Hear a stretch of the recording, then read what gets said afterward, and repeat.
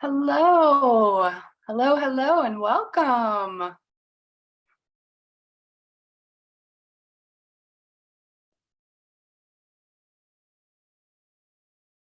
I'm seeing some familiar names.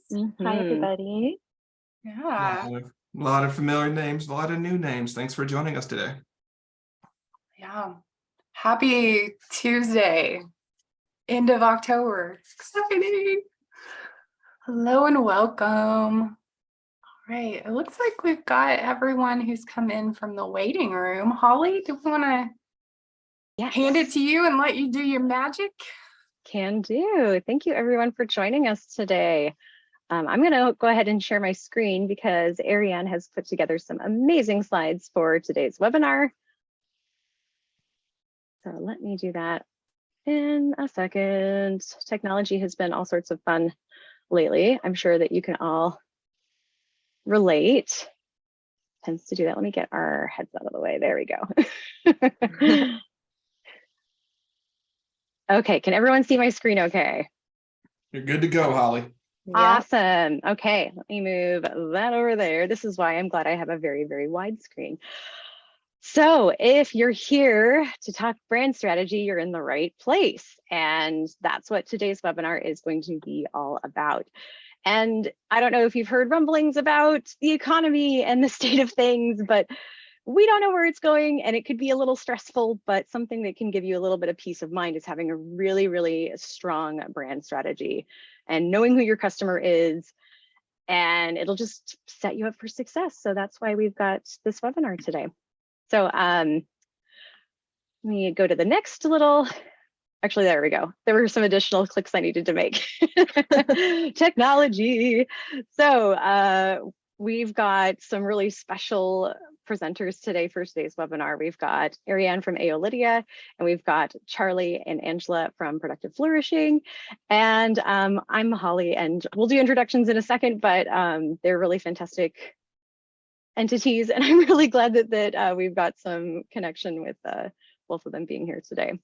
So I'm going to go ahead and introduce our folks who are presenting and sharing their expertise today. We've got Charlie Gilkey. Holly, I'm just going to interrupt you so quickly because our heads are all on the next slide, if you'd like to see them. Thank you. There we go. I did a run through, but then it was, yeah. Sometimes you're going to run throughs. So we've got Charlie.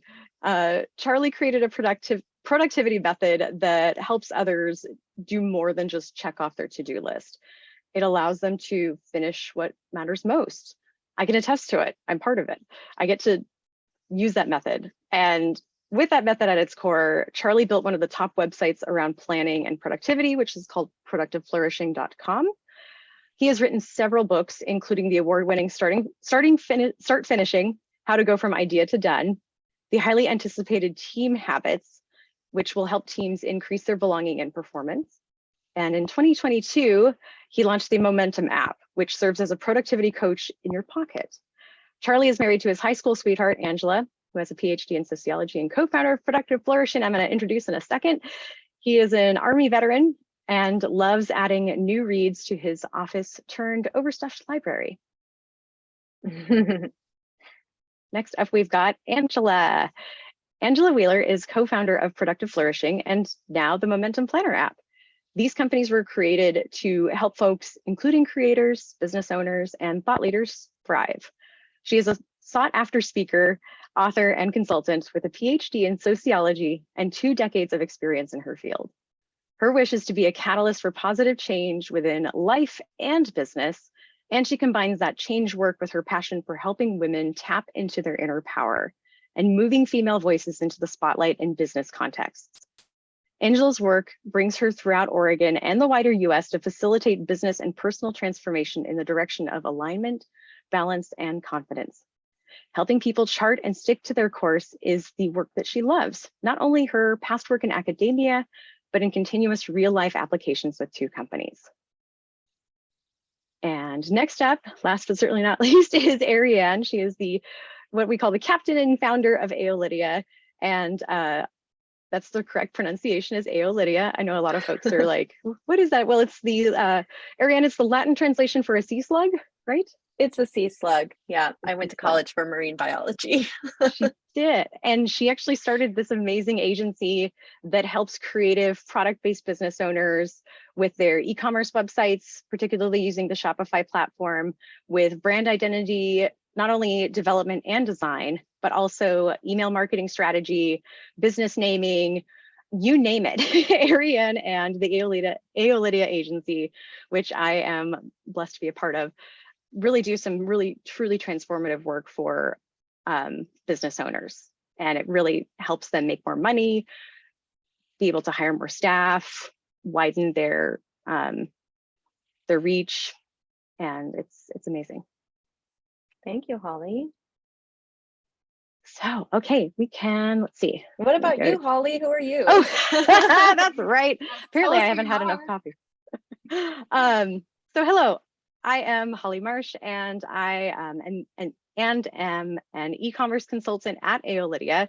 So I help folks with their Klaviyo email marketing in addition to other things. And I'm also the founder of E-commerce Arcade, which is a kind of a services venture of my own after closing down my handmade business that I ran for a decade. And now I'm kind of venturing off into services, and it's very exciting. And my website isn't done yet because what is it? What is the phrase about the cobbler's son with no shoes? Like that sort of thing. It's in progress. Okay, so again, thanks for being here. So Arianne, what is brand strategy? And what is brand strategy? Yeah, and why is it even needed? Yes, this is a good question. This is what we're talking about. So you mentioned that Aeolidia does a whole bunch of different things. I just started out making websites, but it turned out people need so much more than just a website. You need to figure out your branding. You need to have photography. You need copywriting. And we're kind of perfectionists at Aeolidia, so it was hard to outsource that, so we ended up doing it all ourselves. So one of the services we offer is brand strategy, and it's important to us that you build a good foundation before you invest a lot of money in your website. And we find that people who don't have a great brand strategy have a really hard time making progress and growing and moving forward. In fact, thinking about the pandemic lockdowns and how crazy e-commerce went during that time, a lot of businesses went out of business. And from my perspective, the ones that had a really solid brand strategy are the ones that were able to pivot, keep talking to their customers, figure it out. The ones that didn't, maybe it was just too hard to get through the pandemic and those businesses folded. So the reason I wanted to talk about this today is just, I don't know if a recession is coming up. We've been going back and forth on this with our finance team. They work with a lot of different agencies and they see what's going on, and they're not sure either that a recession is coming up, but people are definitely worried, and spending has changed, inflation is happening, all that. So it feels like a tough time and a good time to build a strong foundation for your business. So that's a long way around to introduce this topic of what is brand strategy. But what brand strategy is it's not your logo or the graphics or what you're doing online exactly. It's more what is the personality of your brand? So it's about understanding exactly who it's for. It's understanding what makes your business different than even your closest competitor. Like if you think about the people that are most like you, if you can't figure out what's different about your business, I can guarantee you your customers can't figure it out either. And it's just about, once you know who it's for and what makes you different, it's about getting that message out to those people in a way that finds them where they are and they can relate to and is engaging to them. So in some ways it's super simple, but it's a step that we see people overlook sometimes. So it's really nice to dig into this before doing any kind of big project for your brand or business. Thank you, Arianne. Charlie or Angela, do you have any stories or insight from your community about this? I'll start with some insights, or at least, sort of riffing on what Arianne said here. I think a lot of times, as she mentioned, when people think brand, they think the visual elements like the logo and color palette and things like that. But we really want to be more general and think about your brand as the expected and unique experience that your market or ecosystem can expect to have from you. Right. And so when you don't have that sort of uniform, coherent presentation online, then it can seem like you're all over the place, or it can seem like people don't know what to expect of you. And, you know, the thing about it is, if you've been around the new economy for a while, like there were the old days where stuff was really, really hard on the technological side of things, right? Technology is currently much easier than it used to be, although it is great to have support partners like Aeolidia with some of the more complex aspects of it. But what's gotten more difficult is figuring out how and where you stand out, or how to be uniquely you, depending upon which way you want to say that. And so I'm really talking about brand strategy helps think about like, how do we create this experience? Like there's a Disney experience, there's a Harley Davidson experience, there's an Under Armour experience, and that is the sum total of the emotional, visual experiences that we have of different brands. So what I've seen from the community is that on the one hand, it's kind of one of those things where when you start out, Arianne, I might get in trouble here. So most of my time is getting in trouble and then having to out. Right. But I think a lot of times when we're starting out in an early stage of our business, we so focus on the brand we want to be, but we're not focused on the brand that we are. And that can create a lot of sort of churn and turbulence. But after you do things enough, you're like, oh, this is my style. This is how I talk. This is who I am. And I'm okay with that. And then once you get to that, then you can amplify that, right? You don't create something new, you just amplify it in the same way. And looking at our audience, most women know more about this than I do, but there are ways in which when we leave our personal spaces, we amplify parts of ourselves that we find, that we want people to see. So maybe it's our hair, or maybe, we like to wear pants that, accentuate our style and the way we want to look. So your brand is sort of that same sort of thing, just taken online. Thanks, Charlie. Angela, anything else to add? No, I think the two of these amazing people have told us all about brand strategy. They certainly have. And I can attest to that method of getting your brand strategy configured out. When I was running my handmade business, Arianne and I met at a conference called Craftcation, and for lack of a better word, she kicked my butt when it came to a website and branding audit. And she saw things that I had not seen because I was so close to the subject matter. And after reconfiguring everything and working on my brand strategy, it helped lay the foundation that literally answered every other question that I had from that point forward. So it's really, really helpful and can offer you a lot of insight. So speaking of, it's my segue into laying the foundation. So, Arianne, what questions should a business owner be able to answer about their business? Yeah, well, apparently I was psychic because Charlie was talking about where are you at now being very important, and that's what we have here. So just thinking about where your business is now, what's working, maybe what's not working. I know some businesses maybe start out with a big Instagram following and they know exactly how to talk to those people. Maybe that's working, but that's not translated over on your website. So just kind of reviewing where you are, and then next is where you want to be, of course. What are your goals? What do you want to do for your business next? What are your big plans? Do you want to have an enormous business with tons of employees in a warehouse? Do you want to keep it small? There's just a lot to think about. We just like to have goals and plans for every step of everything we do, and it's no different with brand strategy. And then just sitting down and thinking about what makes your business special. Maybe there is something now, maybe it's obvious and you know what it is, or maybe it's something that other people are noticing, but like Holly said, you're too close to your business and you're not noticing. So it can be good to ask around and see what your customers think about you now, or just see what words they're using about your brand already. If you happen to be online and maybe they're commenting on social media, they might be calling out something that just feels normal to you, but is special to them.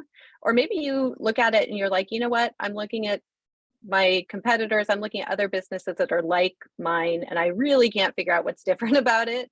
That's not like a time to despair and give up, but that's a time to think of what could I change or add or include here that's going to make my business special. And then just think about what makes you an expert, because usually you've gotten to whatever your business is because of some background you have in it or some interest or passion. So especially with designer, artisan, maker type businesses, the thing that makes you an expert can be what you bring to your business that makes it different than other businesses. So that's a good one to look at. And just working on your brand strategy helps you go through these questions and answer them. This is something you can do for yourself, but it can also be really helpful to have a third party come and do it with you, because it's so hard to know our own business. Even if you've been in business for a long time, you'll find that you assumed things are still the same, but they've maybe changed, or you've grown in some way you hadn't noticed. So kind of stepping out of what you normally do and bringing in some other people to give you some perspective can be really helpful. Exactly. Thanks, Arianne. Angela or Charlie, anything you would add or expand on this? I think one of the things that came up for me as I was listening to Arianne talk about this, about that, what makes your business special piece is one of the things that we can often do as business owners, entrepreneurs, whatever that might look like for you, is really discount the thing that makes us unique and special. And so I don't think I can say enough about how important it is to know yourself and know how you want to show up, but also to listen to your people and your community and your customers that you already have. And what it is that they see about you and how you do things that's unique and special, because that's what has drawn them to you rather than another brand that could be, considered a competitor of yours. And oftentimes we discount those things because they are so entrenched, they're so innate in us that we don't always think about them as special. It's like, oh, that's just what I do. That's who I am. That's how I show up. And it's like, yes. And that could very well be that key piece that has your people there with you. So I really think that that's an important piece for us, and really listening to why our people feel special, or why they feel drawn in by the work that we do and how we do it with them. So, yeah. Yeah, and Lovely. to sort of take that a little bit, there's this really counterintuitive thing about being an entrepreneur or small business owner, in the sense that the thing that is probably the most innate and easiest for you is the thing you should be charging and amplifying the most, right? But we invert that. We think because it's hard for me and I hire people to help me with what's hard, I need to figure out what's hard for me and then amplify that. Don't do that, please. Please don't do that, because you end up positioning yourself and creating a brand story for yourself that's around the thing that's the very hardest for you to do, that people probably aren't coming to you to do anyways, right? And so it's a mindset piece. Part of that is just coming from our social foundations, where we valorize the difficult, right? And so if it's difficult and hard won, then it's more valuable, right? Except for when we make that, we infuse that in our brand, right? And so I really want you to be thinking about, like, what are my strengths? What are my geniuses? What are my things like that? And how do I amplify those and really honor those, as opposed to the things that are difficult for me? And the second thing around expertise, and I'll say this, especially in my experience working with a lot of women, we put a lot of weight on expert and how world-class you need to be. Can I call myself an expert if I don't have triple PhDs? Because there are people who are smarter and I'm not X, and all those things happen. And I just want you to remember that, or think about the fact that your initial avatars or customer personas are probably versions of past time slices of yourself. You've learned some things, you've done some things, you've accumulated some expertise. And so if you were to roll back 5 years, 7 years, and consider what a past version of you knows with what your current version of you knows, your past version probably be like, oh, like, you're an expert in that. You have a lot of, like, you know what's going on. So we can't just fall into the expert trap of where, like, the better we get at what we do, the less we feel like an expert, because we know we've learned so many different things. So just be careful about that expertise things, because I think if you change the question or maybe play with it a little bit, I know Sam put it in there, it's like, You could change the question to, what do people call upon me to solve? Then you might be able to let go of the expert or the artist or the maker or whatever label that we will give to ourselves, and then worry that we're not worthy of the label. So just, what do people call upon you to solve? What delights do you deliver? And run with that. I love that. Same. That's getting deep here in this webinar. Another thing to kind of springboard off of what everyone else said is something that you can do is, if you're worried about, okay, I figured out that I'm an expert in this because it's easy for me, but how do my customers see me? You could always send out a survey. You could even offer an incentive of, a discount on product if you were a product-based business, or even like a coffee gift card for a few minutes of their time to fill out a survey. I did that a few years ago with my customers, and it was really insightful. And some things I realized I was perfectly in line with my strategy, and other things I needed to tweak that were surprising. So thank you everyone for all of your insight and expertise on questions to ask. Okay, moving on to questions to ask yourself about your customers. So we went deep with, questions about your business, and you're answering them yourself, and kind of segueing into your actual customer, which is usually the person that helps us make the money. Charlie, what should a business owner know about their customer? I have a lot to say about this one, but 5 basic questions that you want to know about your customer. So first question is, what do they want? These are going to be a little bit different than what's on your slide. So adding a little extra flavor here. Those questions are, well, what are their needs and challenges definitely are in there. You'll hear me talk about that. So I usually say, what do they want? What are their felt needs? What are their actual needs? Not always the same as their felt needs. What are their aspirations? And then the last question is, what are the obstacles that are keeping them from getting what they want, need, or aspire to be or have? And when you think about those questions, you really get into the world of your customer and be able to talk to them. If you don't talk about the obstacles, sometimes your brain can feel very flim-flam because you're sort of talking about all the problems or maybe where they can go, but not how. And at a certain point, you got to remember your customers and the people who engage with you are coming because they want to live in the future positive state that you're selling. Future positive state. It's in the future. It's positive because no one wants to be worse off than when they found you, but it's a state. It's not a process. And I want to pause here, especially for those of us who are coaches and consultants and things like that. We love, love, love to talk about our process. People do not come to you. Well, once they know of the process and know that it delivers results, they'll care. But really why they'll join your process is because there's a state they want to be in that they trust the process will help them get there. So, it's not the time of the year where we're in like the new year, new you, get back into the gym scenario. But it's like if a trainer just always talks about the exercises and the routine that they're going to be running you through, and never reminds you that this is because it's going to help you feel better, look better, be more confident, like perform better mentally and so on. At a certain point, you're like, you know what? That just sounds like a lot of work.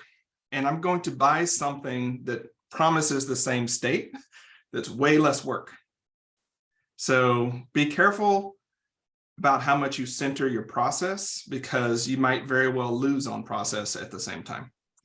So some additional questions, to sort of ask about your customer on that side of things. Realize I went a little bit off script there, but what's a co-webinar if you don't go off script, right? Exactly. Arianne or Angela, anything you would add about questions to ask yourself about your customers?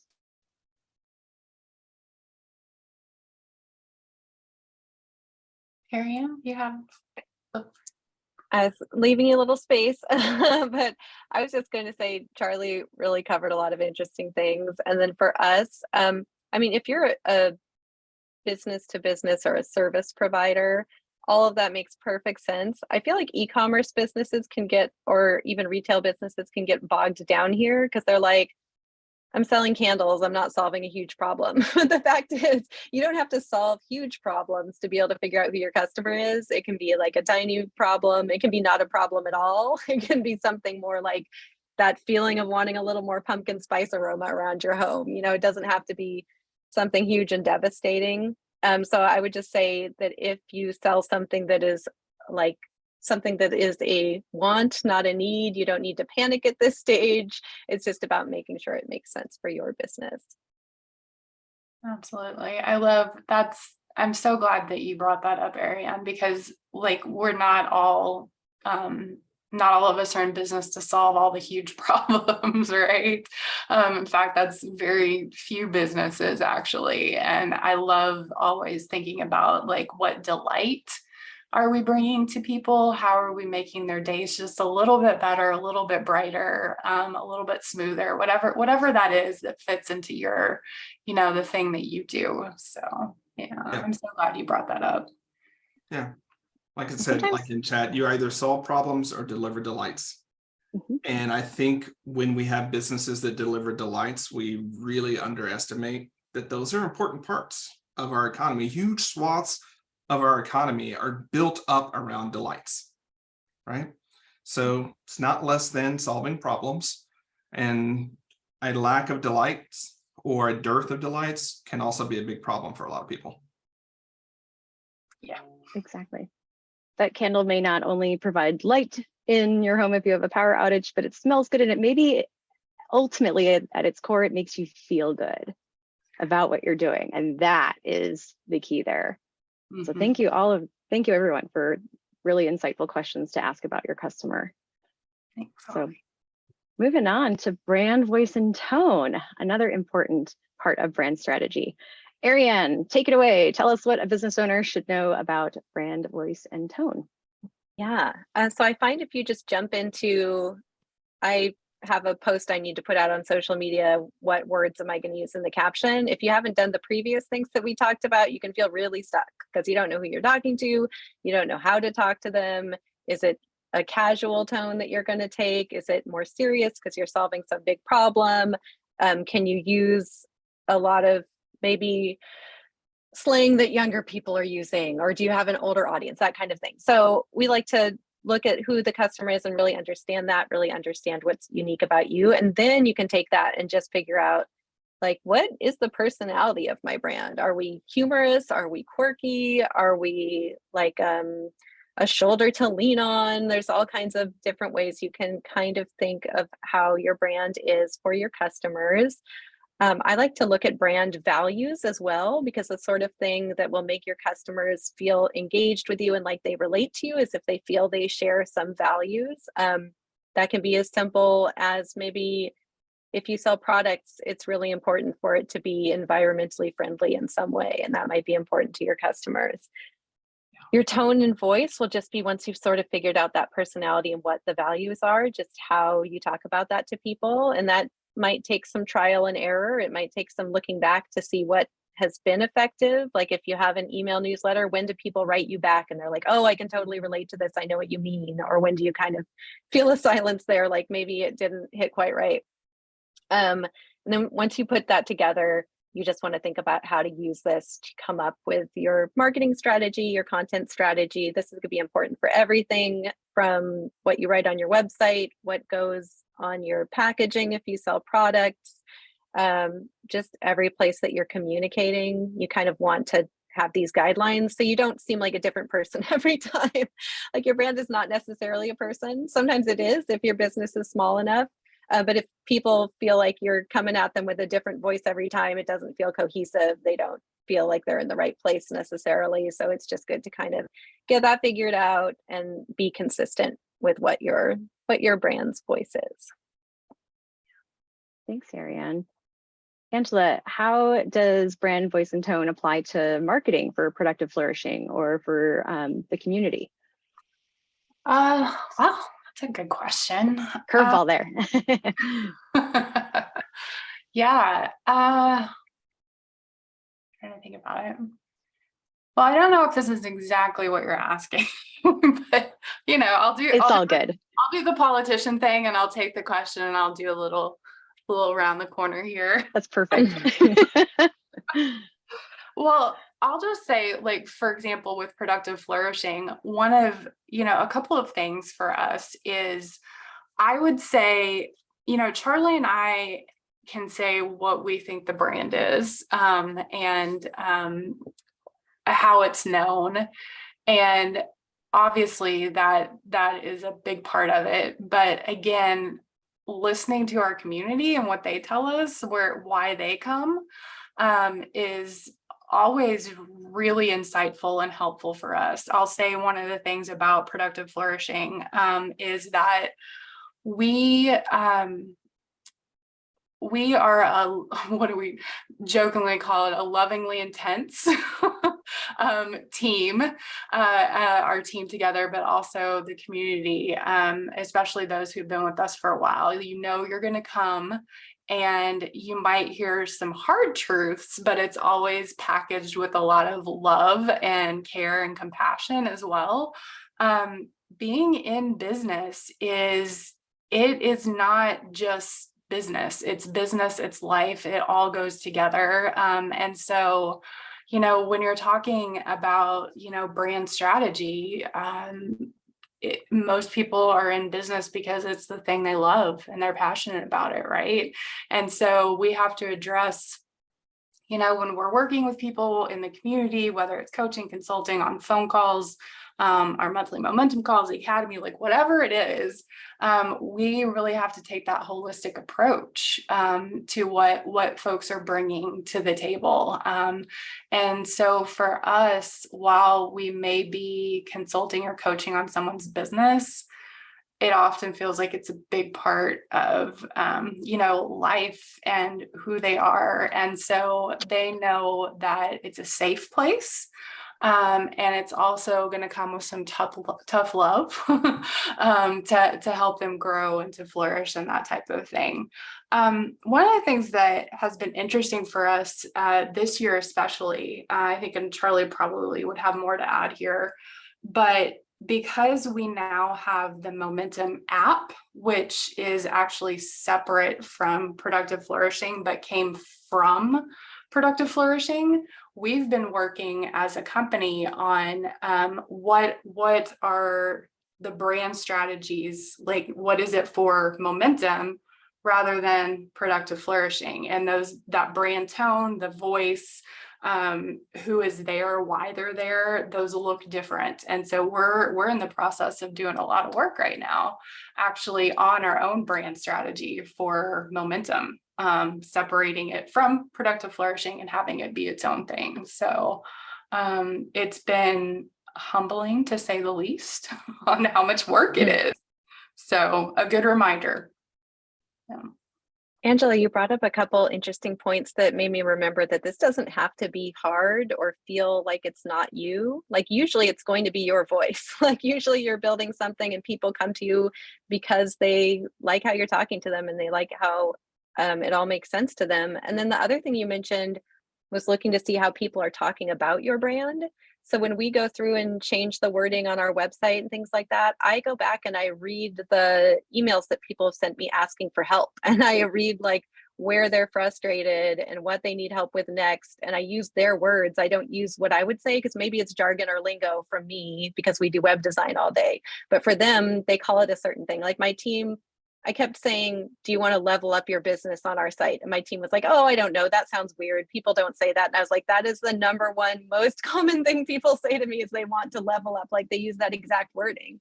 So I like to put the wording of our customers right there, because then they can relate to it. You didn't make it up, or it wasn't some weird little idea you had. That's what people are asking of you. Absolutely. Yeah. I'm so glad you went there, Arianne, because that's the tension point. Like the longer you're in business, the more unique your voice becomes, right? And unfortunately, or fortunately, depending upon how you position yourself, if people are new to the problem domain or the domain that you're in, they're not used to that expert knowledge. And so I'm with Arianne. Well, I might be with Arianne's team. I'm like, the level up your thing. I'm like, I've got some problems with that, as as thought leader Charlie goes. And it's what people are saying, right?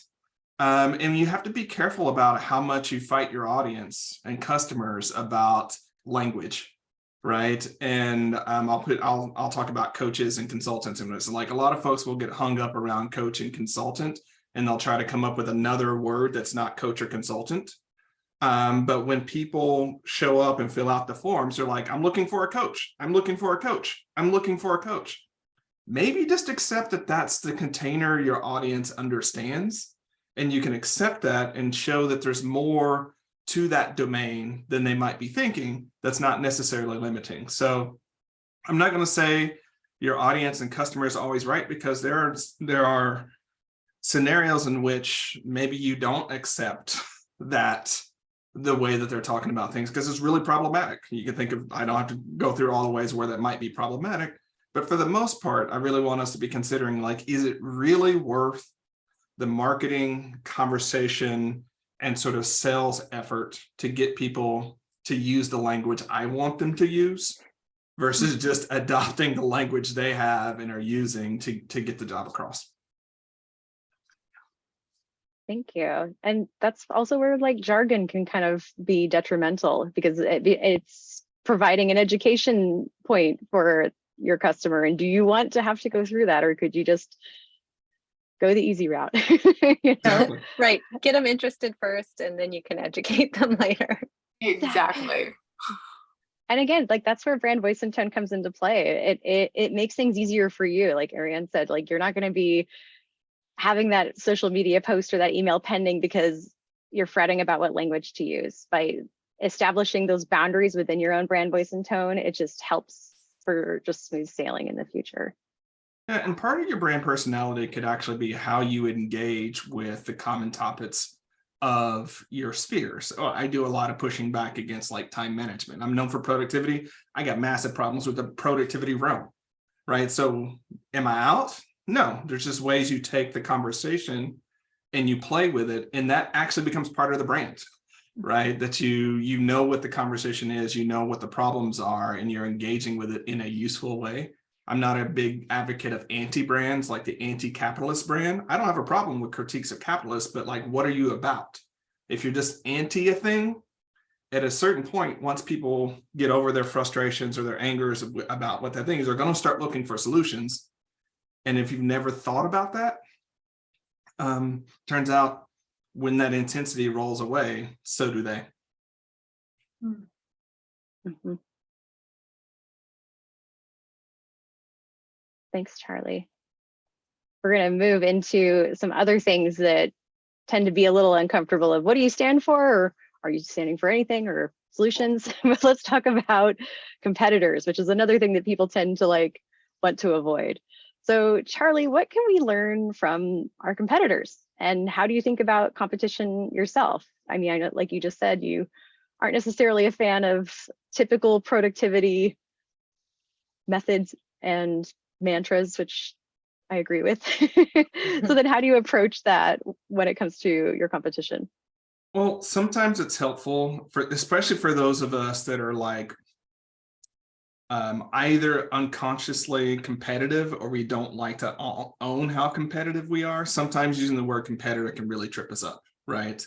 I'm not calling anyone out. I'm just saying, I see you. I was just going to say, I feel seen and also called out. Right. I always put air quotes around competitors. I feel like there's room for everybody, but this is the traditional way to think about it. Absolutely. Absolutely. So I just want to sort of say that on that side. And so just think of them as alternative solutions, right? What are the major alternative solutions to what you're doing? And I think if you approach it that way, you're like, well, why is this alternative being chosen? What's about this? And you can be more curious, because it's not necessarily about beating them and leaving them in the dust and, you know, all those sort of over masculine business things. It's about learning what the people you want to serve are finding valuable there, and then being able to draw good boundaries between your business and their business, right? And the more that you can draw that boundary and really own what's yours and why it's yours, the more you will actually stand out. So competitors or alternative solutions are incredibly valuable, because they help you triangulate and define the borders of your brand and business, and really lean into where you are and where you're not. And a lot of times when you do this, you'll find that those alternative solutions are not actually competitors, but collaborators, right? You can easily hand them off for certain types of things and so on and so forth. So I really think if you look at alternative solutions / competitors, you get a lot of field knowledge about what seems to be working, some alternatives you might try, but really boundaries of where you might go and where you won't. Also, I think the other thing you see is helps you define the game that you uniquely can win and win for the long term, right? Or if you don't like the win language, that you can play and be viable for the long term, right? I think too often we choose positioning points, or we choose brand points that are unsustainable for us. Like we can do them for 3 months or a year. But when you think long terms, can you do this for 5 years? Can you do this for a decade? Will you want to do this for 5 or 10 years? And if the answer is no, I would really have you pause and think about your brand strategy and pick the ways you might manifest that in ways that create sort of the game you want to play, and that you could win and take care of your business, yourself, and your people too. Thanks, Charlie. Arianne or Angela, anything to add about alternative solutions, which I like that, or competitors? I was just going to say that this is an exercise we go through with our brand strategists, where most people know who their top competitors or alternative solutions are. But if you don't, it's good to look around and figure out what other companies people are buying from or working with. And it's good to just compare and contrast. Like, what are we doing that's the same? What are we doing that's different? What do they have that I don't? What do I have that they don't? And then you can find your area of opportunity. This is sometimes called your unique selling proposition. This can be a little nerve-wracking if you feel like you have to find one thing where you're completely different than everybody else, because there are so many businesses right now. So many people have a small business. It's hard to do that. Another way I've heard this kind of framed is to find your 3 uniques. So maybe you're not the only.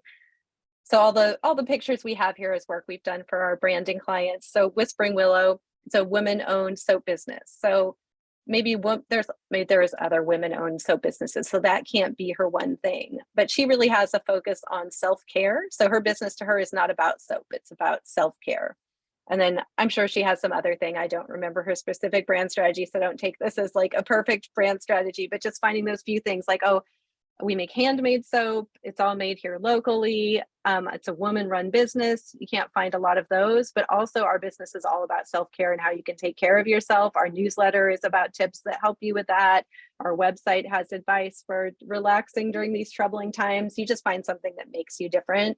It can't just be something that makes you different, period. It has to make you different, and it has to be meaningful to the people you're talking to.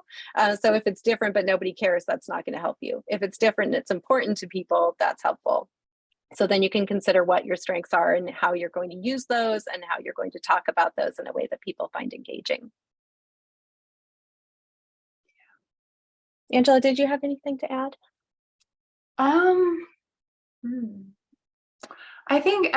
don't know. It's not anything new. It's really just adding really to what both Arianne and Charlie have said, and kind of, I'm often like come back and I'm like, ooh, this thing stands out for me, is just how helpful it is to know the landscape of the arena that you're in, but how important it is to make sure that you set up a situation that works for you, and that you're not trying to do it somebody else's way, because that's a sure way to become unhappy with the work you do, burn yourself out, et cetera, et cetera. So I think for me with this, when you're thinking about alternatives or competitors, know your landscape well, and if it doesn't work for you, don't do it. Right. And we don't ever really know. This is another thing. It's me going on a bit of a tangent again, I realize, but we don't ever really know what is happening behind the scenes of anybody else's business or company. We see what they want us to see. And hopefully many of them are flourishing and doing very well. But oftentimes we see a brand or a company that's doing a thing and we want to level up to be like they are. But we don't know what they've done to get there, and we don't really know what it's like in their shoes. And so it's always just a reminder for me that like I love to learn and I love to see what others are doing.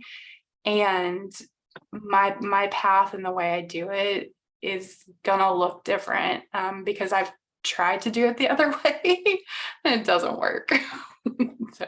Angela, I love that. You reminded me. I feel like sometimes people just think, well, I want to have a business. What should I do? This looks like it makes a lot of money. I'll figure out how to do this. So one example is, for a couple years there, you could go on Etsy and it was so easy to find just like a basic shape white mug with like girl boss written on it in calligraphy, right? So many people did that. And sometimes people would come to us and they'd be like, oh, we really want your help with branding or setting up a website. And I was like, you need to go back to the start. And then I would do the tough love on that person, because it was impossible for these people to say what was different. It's like, we're buying the mugs from the same place. We're using the same style. We're using the same phrases. There's no reason a customer is going to remember me over the 27 other people doing exactly this. If you're going into business because you hit on something that's fun for you and interesting, it's easy to do this stuff. But if you're just like, oh, what should I do? I guess I'll do this thing. It's much harder to differentiate yourself. So just going back to what's interesting about the business for you. And if the business isn't interesting to you, again, it's going to be a huge lift to try and make that seem interesting to your customers. So I think a good step here when you're doing your brand strategy is first make the business interesting for you and something you can talk about all day, something you're really into, something you can't stop talking about because you're so into it. Then the rest of this gets easy. Yeah, I learned this. There's a great book, I think it's Marketing Outrageously, that made a point that when you copy or are overly inspired by someone else's brand strategy and style, the only thing you end up doing is reminding people about them. Right. Yeah. And so like the girl boss movement is the same. There are other folks, I won't throw dish, but like you see someone's website, you're like, oh, you're in their camp. Right. You went through their mastermind program. Why? Because it looks so much. It's like the faux hipster movement here in Portland. It's like, I thought this was about being unique, but beard bros and tattoos, that's kind of played out. Right. And so be super careful about how much you take too much brand inspiration from one given person, because you're going to remind everybody else of them, which you may not want to be doing. You're going to be strengthening their brand instead of your own. Yep. Especially the visual cues. There was around 2009, 2010, I was like, it seems, I will say this about Chris Gilliboa, because it was such a thing that it became known. It's like everybody's websites kind of look like him in a certain niche. And it's like, oh, you're part of that tribe because your website looks like that.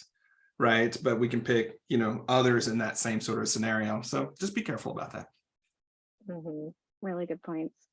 But also, we tell a lot of really indie, handmade, creative product-based businesses at Aeolidia, people could go out and probably buy whatever you sell at a big box store that doesn't have any sort of brand strategy. But the reason why people are buying from you is probably you. And whatever you stand for, whatever those values are, and you're probably bringing them forth into the world in some capacity. So how can you use that to differentiate yourself from your competitors? Really good conversation about competition. So let's see, let's go to, got all the things in your action list, and now you have to identify and craft your brand story. So Charlie, what do you and your team advise as far as getting ready to plan for a strategy project? All right, well, we don't, as a team, do brand strategy implementation projects. And so I'm going to turn a lot of this over to Arianne on this side of things. But when our clients who are going through these projects do it, there are a few things that I'll set up for them. So one, it doesn't have to be hard. And it might take longer than you think, right? And it's not just for the conversations around that, but it's actually making the corrections that happen after you have a unifying vision for your brand and all the places that it might go. You might find that It's not a 1 month project. It might be a couple quarter project, and that's okay. It's not that you're moving slow, it's just what's going on there. And the second thing is to approach it with a lot of curiosity. Because if you approach it entrenched on exactly what it has to be and what your customer is going to say and so on and so forth, you're going to see all data, you're going to see all the information through that predetermined lens, and you're probably not going to get the best out of the process, which is being curious, listening, and then figuring out how you're going to implement what you learn from it. And the third thing I would say here is borrow or imitate the voice of the customer as much as you can. Use their words, use their structures, use their description of how they do things verbatim if you can, with permission, right? Usually what we see in brand evolutions is that the first version of it is very much you telling the world what you're about, right? A later iteration is you sort of integrating a bit about what the world is saying. And then really the fuller forms, the more mature forms, not maturity as far as wisdom or anything like that, just the more evolved forms it's actually like 80% of what your customers and community are saying that you're repeating back, and there's like 20% you in there. So you just make that really big flip. And so depending upon where you are in your brand evolution, just be curious, but take the gifts of the feedback that you're getting from your community and your ecosystem and use them as much as you can. So with that, I'm actually going to turn it over to Arianne, because y'all do this on the daily. I love that. Well, I think everything we've talked to up until now is the big weighty part of this. And then the rest of this is the tip of the iceberg. So if we think about the iceberg, the part you can see above the water is just the smallest part of the iceberg. The big part is all under the water where you can't see it. And that's what we just talked about, is figuring out what your brand's about, who your customers are about, all that. Once you know that, you can go ahead with this other stuff on top, which is figuring out what your brand looks like and all that kind of thing. So just for any project we start, we just like to think about what the business owner envisions. One thing that we do sometimes try and separate people from is sometimes they do think, well, my brand is me and everything that I like is what should be part of the brand. So if blue is my favorite color, the logo's got to be blue and all this stuff. So we like to always make decisions from the point of view of the customer. Like Charlie said, we don't really want to hear about the business owner's preferences, which I understand can feel a little irritating if you've hired somebody and they don't want to hear your preferences, but we just want to make sure that they're backed up by stats and what customers actually say and care about. We like to talk about how will it be successful. So like with a website project, you can look at the numbers and you can obviously know if it's successful. Something like a branding project might be a bit different. So before we start, we like to ask people, how are you gonna, like, what will be happening in 3 months' time where you can say, yeah, that was a successful project? And then that's something that we can all aim for as a team. Sometimes it's something like we've had people come back to us and maybe they were applying for a juried craft fair or something like that, and they could never get in and they got turned down over and over, and then we redo their branding and they're like, I got accepted first time, it was so easy. So sometimes it's things like that where it's not really a numbers thing, but more you're able to do things you weren't able to do before because your business's outsides match the insides. Like maybe your business has been that cool all this time, but it was harder to tell because it was wrapped up in a not so great wrapper. And then we like to think about what are the current pain points? Like, what are you having a hard time doing? Do you feel like people aren't taking you seriously? All that kind of thing. And then that's all what we can aim at as we're doing a rebrand.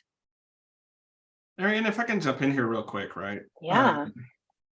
To give an example, Angela talked about it earlier, is the difference between PF and momentum right now, because it's been an interesting process for us, because obviously, if we went to momentum and it was heavily hustle bro productivity and like antithetical to what PF is, you'd be like, wait a second, that's not right. Something's off here. But it's also not the same as PF in this sense, where we have different types of conversations there. So I want to pull out this like you does not equal your brand, right? Sort of scenario here where it's like momentum is really about being, action focused, quick, to the point. You got stuff to do, right? Let's get in there and let's serve you. And that's what momentum, that's what it wants to do. That's why we designed it. That's its one job, is to help you do what matters most. And if a bunch of concepts and language is in the way, get it out, move quick, right? PF has a different perspective, right? We are trying to do something to think. We want you to think more widely. We want you to think more full spectrum. We want there to be nuance. We want, like, maybe you don't just fill up the to-do list with a bunch of stuff to do. So PF and how we handle that conversation at PF is different than how we handle it at Momentum, because the brands are trying to do different things. They're different aspects of the same people. And so just think about that when you're thinking about your brand, is like, what are the aspects of yourself or your company or your sort of perspective that is most relevant to the market that you're trying to serve? And it's not that the other parts of you aren't important, because they are. It's in this context, they don't have the utility that really serves your customers, right? Or serves your marketplace. So not that it's not important, it's just that it's not as relevant for this particular context of conversation. I hope that's helpful. Yeah. I think it is. As someone who has used Momentum and is part of the Productive Flourishing Academy, there are two different audiences, but there's also overlap. So it's almost kind of like a Venn diagram of sorts, but then there's also another, separate bubbles for people who don't use both.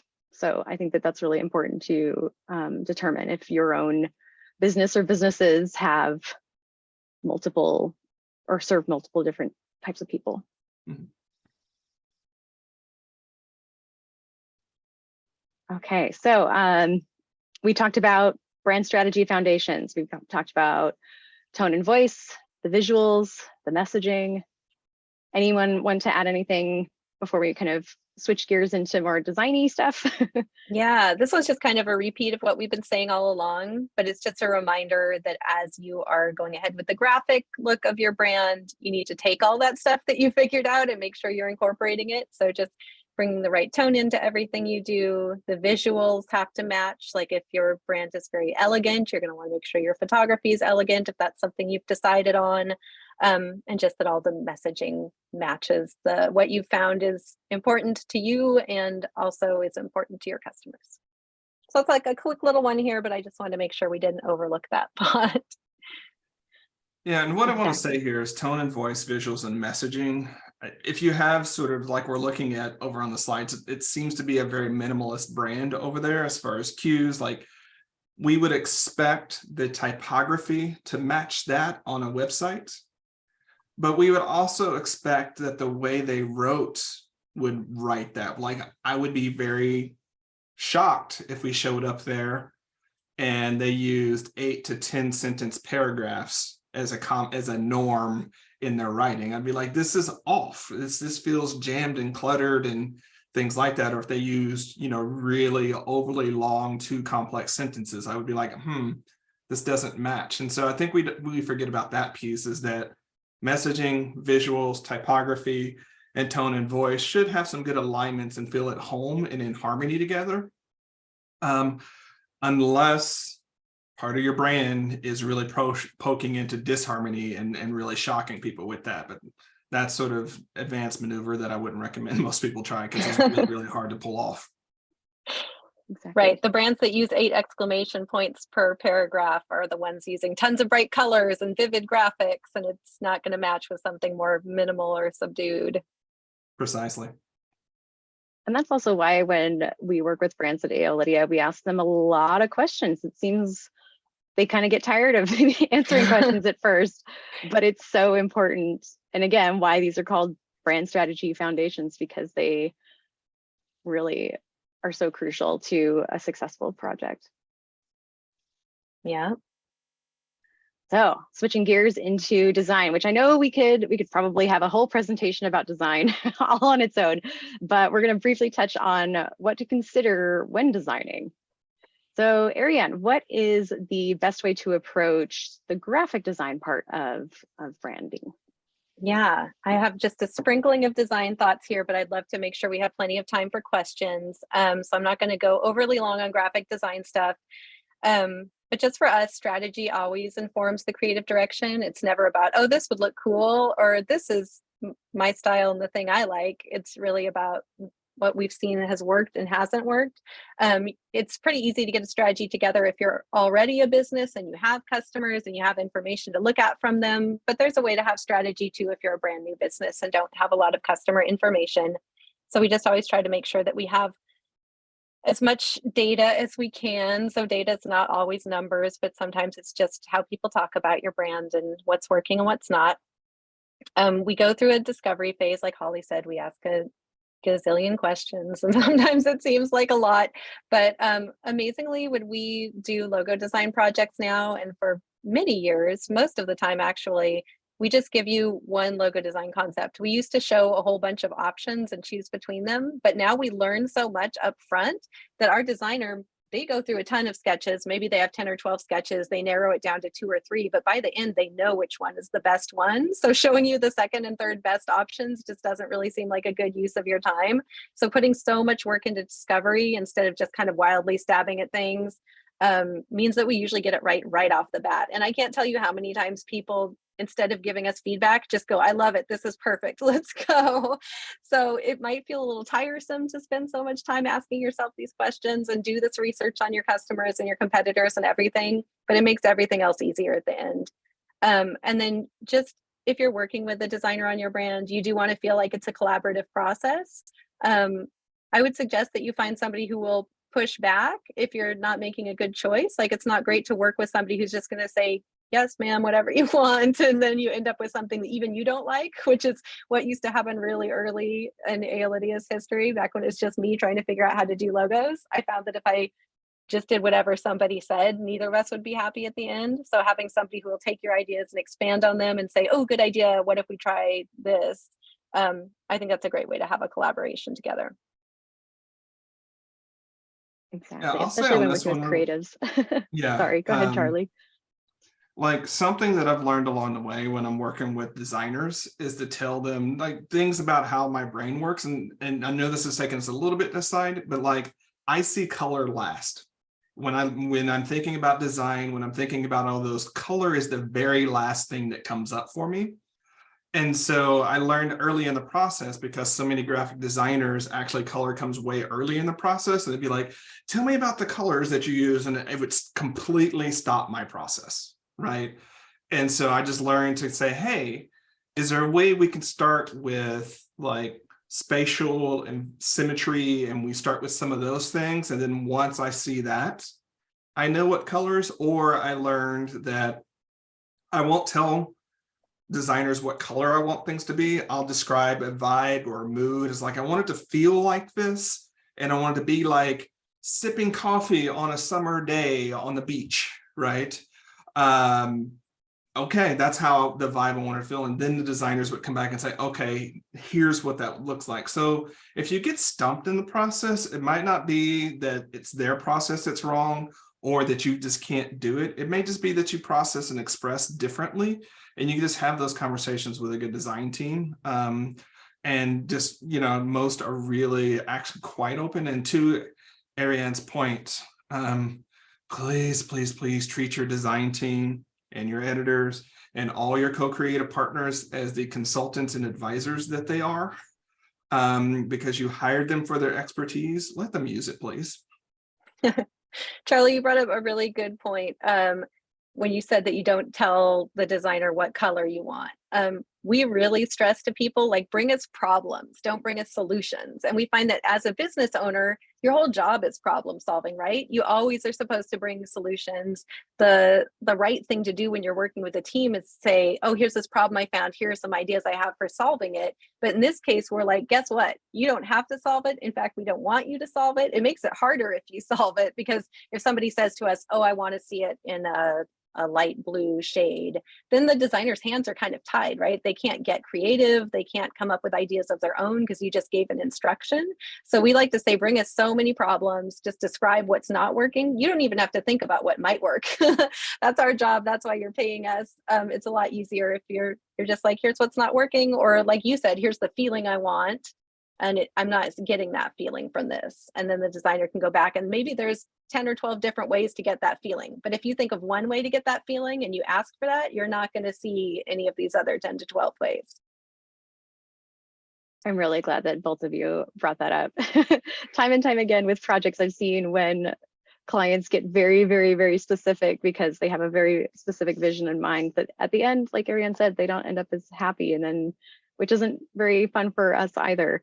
But the clients who come in with an open mind, but they also know what they don't want, and they bring that problem to us, we've seen that those projects just really go really well, and the client is usually happy in the end. So, Angela, anything to add? Oh, I am not the person to add on the graphic design stuff. Okay, moving on then. Okay, so Arianne, what are the kind of the basics that you kind of need for designing for your brand? Yeah, this is just a quick list I put together. Oftentimes people will have a logo, but they haven't thought about anything else. So we just like to remind people that you're going to need your logo. And where it says secondary marks here, that's our kind of terminology for, sometimes you try and put your logo into a square shape for your Instagram profile and it doesn't fit or it looks weird. So we'll make different versions of your logo that work, like maybe really big or really small, one that'll work on your website, one that'll work on social media. It's good to consider typography, because if you use different fonts absolutely everywhere, it's not cohesive and people get confused, and it detracts from your brand to not pick something that works and makes sense. Color psychology. So aside from just picking colors because you like them, there's a lot of color psychology about, like, if you want to make people feel reassured, you're going to use different colors than if you want them to feel excited or invigorated, that kind of thing. So thinking about what kinds of colors will work for your brand is important.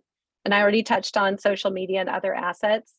And then just finally, just talking about, oh, you have to make your brand cohesive, blah, blah, blah. Maybe that's not very meaningful to you, but what it equals is people can trust you. Like, if you show up the exact same every single place, they just trust that this is the same brand. They trust that they're in the right place, even if they don't know why they trust you. So I tell people all the time, when people come on your website, they get a feeling right away whether they trust entering their credit card information in or not. They might not know why they feel that way, but it's usually related to good design and having that brand that makes sense, and professional copywriting and photography and all that stuff. All this stuff just leads to trust, and it's really important in building a customer base. Thank you. And also, I mean, that kind of segues into when changing your brand, you might want to have a marketing plan in place for that, so that that trust doesn't dip at all. I mean, think about when really big brands change their branding and how shocking it can be for some people, but eventually over time, right? Eventually over time, they'll accept it. So Charlie and Angela, anything you want to add before we segue into questions? No. Yeah, I would just say, like, Arianne, if you have any great resources for color psychology, I think it's one of the underused aspects of brand strategy that people could use. And I use it when I'm talking to clients about it. I use it more as a discovery process. Like, when you understand the meaning of orange in a certain context, it's like, oh, that helps me. It helps people accentuate the parts of their brand that they want to feel. And so it's kind of like an inverse way of finding how you want your brand to feel, is just understanding the color psychology and seeing how that plays with it. So in case you get stuck on words or manifestos or statements or anything like that, sometimes you can find your brand just by playing with the colors and how you want people to feel with them. Yeah, I'd love to ask my design team about that. Maybe we can dig up some resources you could email out to people. Please do. Yeah. Okay, well, thank you for all of your insight and everything. We would love to answer any questions now, so please let us know what you'd like more detail about. I'm going to pull up the chat, which is going to pop right into where I'm sharing, and so I need to move it out of the way. Let me go to that really quick.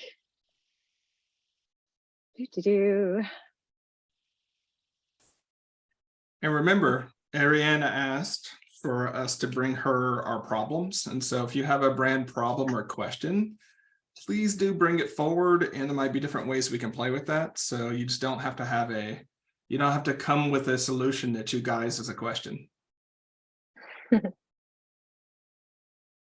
Sorry, I'm looking through the chat because it was right in the middle of my slides, and so I couldn't watch it while it was there. Let's see. Anyone gonna have see any my- questions? Charlie, you muted yourself.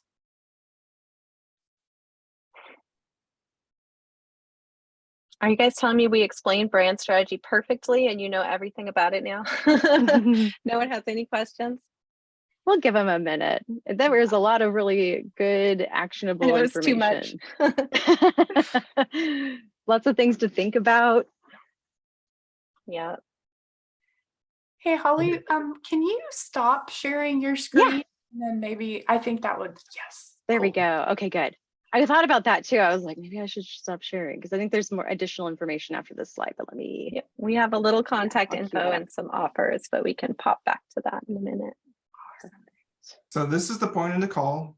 If you're on PFA or PF community, you understand what I'm about to say. This is the point where a lot of people have something, but maybe they're thinking somebody else has something and they don't want to be rude and do their thing. So please queue yourselves and get your questions or problems addressed. And if you'd rather do it anonymously, you can ping it just to me or to anyone else who's presenting. I love Erica's question. Oh no, I'm looking at Bridget's and then Erica's popped up. So Bridget's question, if you're in a brand strategy review, how do you keep operating knowing that you're in the process of changing things? That is agonizing. I can speak from personal experience where we decided to rebrand and we did a completely new logo. And then in my mind, we were this new business, but we hadn't designed the website yet and we couldn't put the logo out there.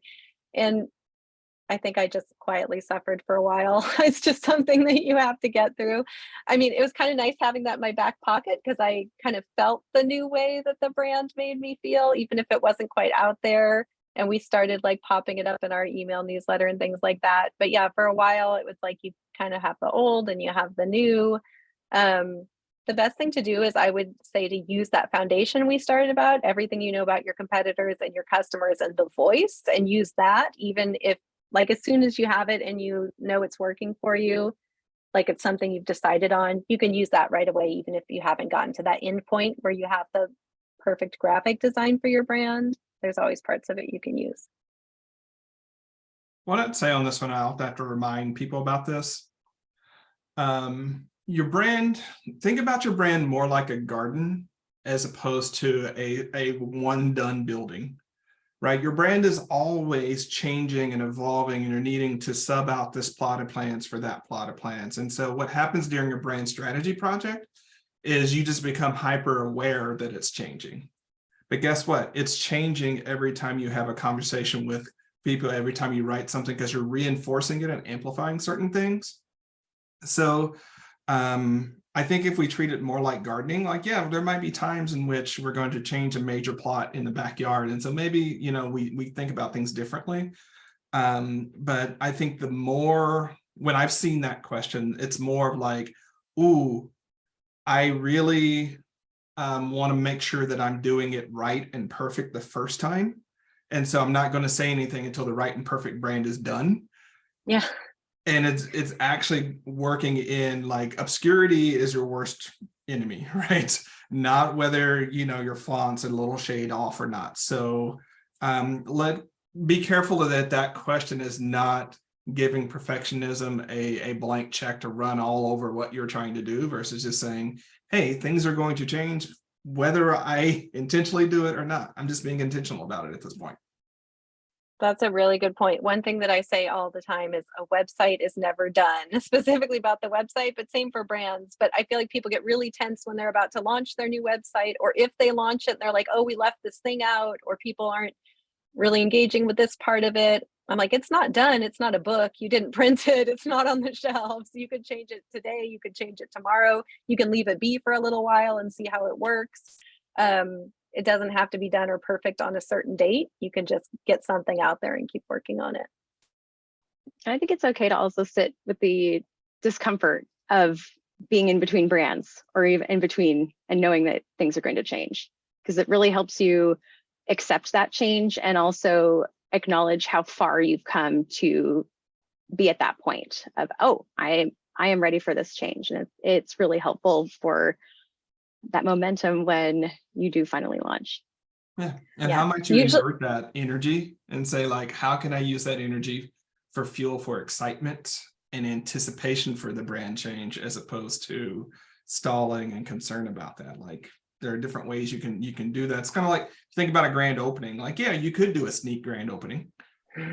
Or you can share your excitement about it and make that a part of the journey as well, and really invite people into the process, as opposed to, at 3 p.m. on Friday, the brand, like the website or the things happen, and then people are like, what happened there? Please don't do that. Don't push to production on Fridays. Yeah. Erica has a great question. I don't love my business name. I don't feel it resonates with me, but customers love it. Do I have a name problem or a brand problem? Really great question. Ooh. I have thoughts about that. First, I would question if your customers actually do love it, because people want to say nice things to you and they're rarely going to say a negative thing to you out of the blue, even if you ask for it. And sometimes, especially if you ask for it, they just don't want to make you feel bad. So I would say if it's not resonating with you, it might be worth looking into. And especially if there's some logistical reason it's not working, like maybe your business name includes something about what you do or what you sell that has changed, or if you feel like it's fighting against what you've come up with in your brand strategy, it's worth changing. It seems really hard to change a business name. We help people do it all the time, though. It's scarier to think about than it is to do it. Yeah, to that point, like, Erica, I would ask, like, you just sit with the language of it and you use a more powerful version. Is it that it actively is dissonant with you? Like, I do not like it, versus I'm neutral about it, versus I don't love it, right? And really sit with that, because I think it might help. Like, if it's actively dissonant to what you're trying to do and sends the wrong message and those types of things, I think that's a different problem than if it's, it's okay, but I don't love it. Like, I'm not saying you should, like, not pay attention to that, but it kind of determines what to invest in. If it's dissonant, fix it quickly, right? If it's okay, but don't love it, I think that's where having some conversations, maybe with Aeolidia, maybe with some other folks, might help you scoot closer to what's the love there for you. And then you have, I would say that's more of a brand issue, because there's a experience mismatch between you and your audience that you might want to work out. But I don't know what your audience expectations are and what yours are, to be able to figure out how to navigate that change. Is that helpful? Okay. Great question. Nicole asks, what is one of the biggest indicators that you need to change your brand strategy? And this is a question we get a lot, so take it away. Arianne. I don't know if I have a number one biggest indicator. True. How about like top three? Top three biggest indicators. Well, we talked a bit about feeling excited about your business. And if it feels, I think most of the business that we work with that do a big change, they've been in business for a while. And maybe at first they started something and they didn't really have a great idea about what exactly they were doing, but now they totally get it and they totally know, and what they have doesn't feel right. So I guess the number one indicator is you really will just get that feeling that you have outgrown your brand. Just like, this is bigger now, this is different. Maybe this silly name that I put together doesn't make sense for this more professional brand I have now, or maybe this like playful logo doesn't make sense for the customers that I'm serving right now. Usually it's something where it's obvious that what you started with is not where you're at now. So it's that feeling about your business's insides matching the outsides. Like, your business is one way, but at quick glance, your customers and other like potential wholesalers or people who are going to do a collaboration with you, if they don't see your business that way that you need them to see it, that is a good time to rework your brand strategy. Yeah, I'm going to piggyback on that. I wrote it in chat because I didn't know how much Arianne was going to share on that one. A lot of mistakes that we make, and we didn't talk about this earlier, is when you make your brand a product, right? And a product is not necessarily your brand. So a product can have a brand, but it need not be a brand. So it gets really, really complicated, right? But if you're like, fast websites for cheap, and that's your brand, well, at a certain point, you might outgrow fast websites for cheap. And you're stuck, because what do you rebrand to at that point? But at a certain point, it was like, at a certain point, there's probably something that was greater than that particular product or service that existed in there. So I think the internet in a lot of ways made this really confusing, because we learned early on to buy the domain name that was a product or a brand, and so with search and SEO. So we got hyper focused on what that brand needed to be, and then got stuck, right? So I love that point that Arianne said, when you feel like you've outgrown it. I think this, especially for thought leadership brands, you're probably going to go through a brand evolution every 5 to 7 years. Just embrace it, right? You're going to take on new things. You're going to, like, it just happens. And so about every 5 to 7 years is going to be, I wouldn't go as far as to say a rebrand. I call them a brand tilt, where you tilt it a different direction. You embrace what you can, but drop the rest. And lastly, if you discover something about your previous brand that is just dissonant and antithetical to where your company is going, like it actively anchors you and pulls you into the past, it's probably time to address that. And whether that can be around identity issues, right, that you realize along the way, or that you get to the point to where if you make another website, you're going to stab somebody, and it was never really about website, it was more about positioning, and you figure that out along the way, then it's probably time to rebrand and not be so tied to the process, product, or service, and more back to the real problem you're helping people solve. Yeah, I agree. Mm-hmm. That's why when we help with renaming businesses, we don't try to pigeonhole them into something very, very specific. Right.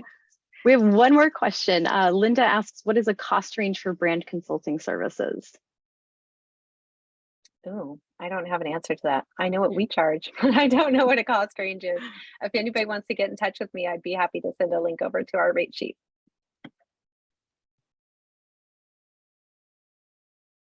Well, that segues into our contact info, yes. Holly. If you want to share the screen again, we've got a couple slides left. Nice segue contact there. Info. Perfect. Thank you. There we go. And we've got people adding their takeaways, which is really great. Thank you for doing that.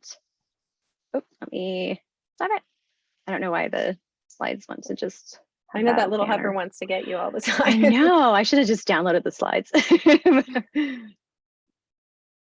And so this is the info about Charlie and Angela and where you can reach them. And while we're doing that, because Arianne, your info is on the next slide, I'm assuming. Yep. Okay. So for right now, we can go into the announcement about prizes. And Charlie, I will let you do that, and then we'll switch gears into Aeolidia info. If you want to hop 2 slides ahead, we have a prizes one. I just perfect. So there's our info. Mine's pretty easy. It's all the same. It's all like Aeolidia everywhere. There we go. Thank you, Arianne. Yeah. Yeah. So we've got okay. Yeah, for our prize, I'm actually going to turn it over to either Nicole or Oshi to talk about the mechanics of how that's going to work, because that's their part of the show. I can hop in here and just talk. I've got a cat asleep on me, so I won't pull my video on as to not disturb her.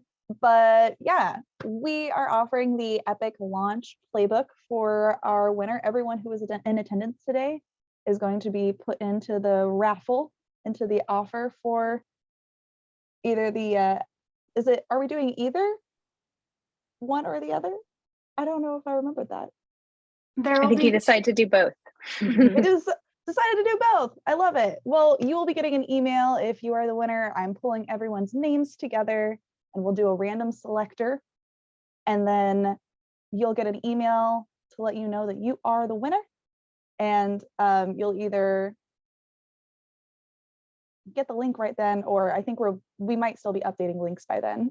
So we have some links to update for the Epic Launch Playbook, but we will send you an email as soon as that is ready. And if you are in fact the winner of our raffle. Okay. I'll talk a little bit about the Epic Launch Playbook, just so you know why for the winners you're getting it. Usually when we think about brand strategy and we think about building a website, it's because at some point we want to sell something. We want to sell a service, we want to sell a product, we want to sell an experience. What the Epic Launch Playbook does is walk through the fundamental strategic considerations that you need to put together a launch that works. And so most of us don't just want to have an okay launch. We don't just want to have a good launch. Like, we really want to have an epic launch. And so I decided at the time of making that I'm going to go with it and see what happens. And so the name stuck. And again, it'll work you through like really getting real about this. Now, I have to tell you, probably going to get in trouble by my team. One of the great things about Epic Launch Playbook is it shows you how ready you are for a launch and shows you what you need to do to get to a certain point, and it helps you match expectations with capacities with timeline. And I set it up that way because so many people launch not really knowing what they're getting into and then feel like they're an epic failure and don't want to do it again. So it walks you through what you need to have in place to really have that great launch. So that's what's going on there. Wonderful. Mine, you have to do a tiny bit of work. So you need to enter to win this one, but that's because I need a little information about your business and the link to your site and everything.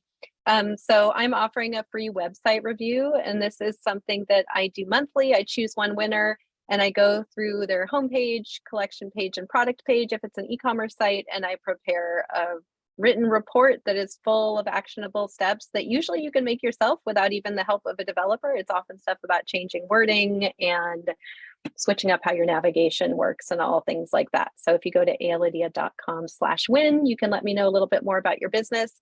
One nice thing to know is that normally this is an offer on the top of our website, but I've had it down all summer because we have a different offer up there. So this is secret, nobody knows about it. So you have a better chance to win right now.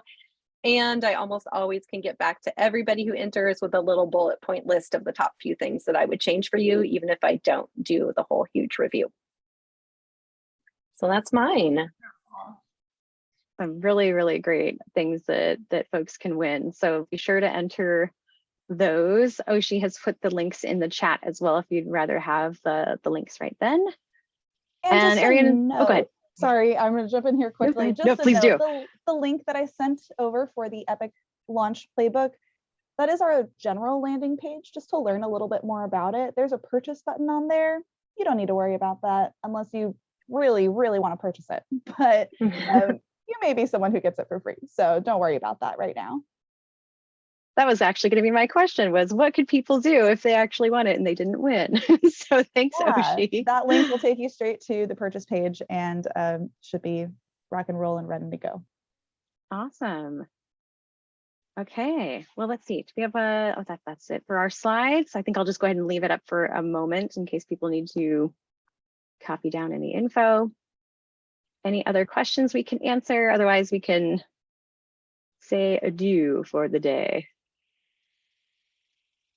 Well, I have something I'd like to say real quick. Arianne, Holly, thanks so much for joining us today. I know Helen is also from Team Aeolidia, so thanks so much for partnering with us and sharing this great information. I really love what you're doing, which is one of the reasons you're here. Just as a reminder to everyone here, be conscious of the cost of doing it by yourself and the long and hard way, okay? It's really, really hard to see the label when you're stuck inside the jar, and with your brand, sometimes that's what goes on. So we wanted to share this to partner with a company that we know that we have people in our community and that we trust, just in case you're curious about whether it's time for a brand tilt or rebrand or reconsideration. So Arianne, Holly, Helen, thanks so much for doing this with us. Yeah. Thank you so much, Charlie. I could talk about branding all day long. Thank you, Charlie and Angela, for collaborating. This has been great. Thank you so much. It's been wonderful. All right. Have a great Tuesday, everybody. Thank you, everyone. Bye. Thank you so much for your time today, everyone.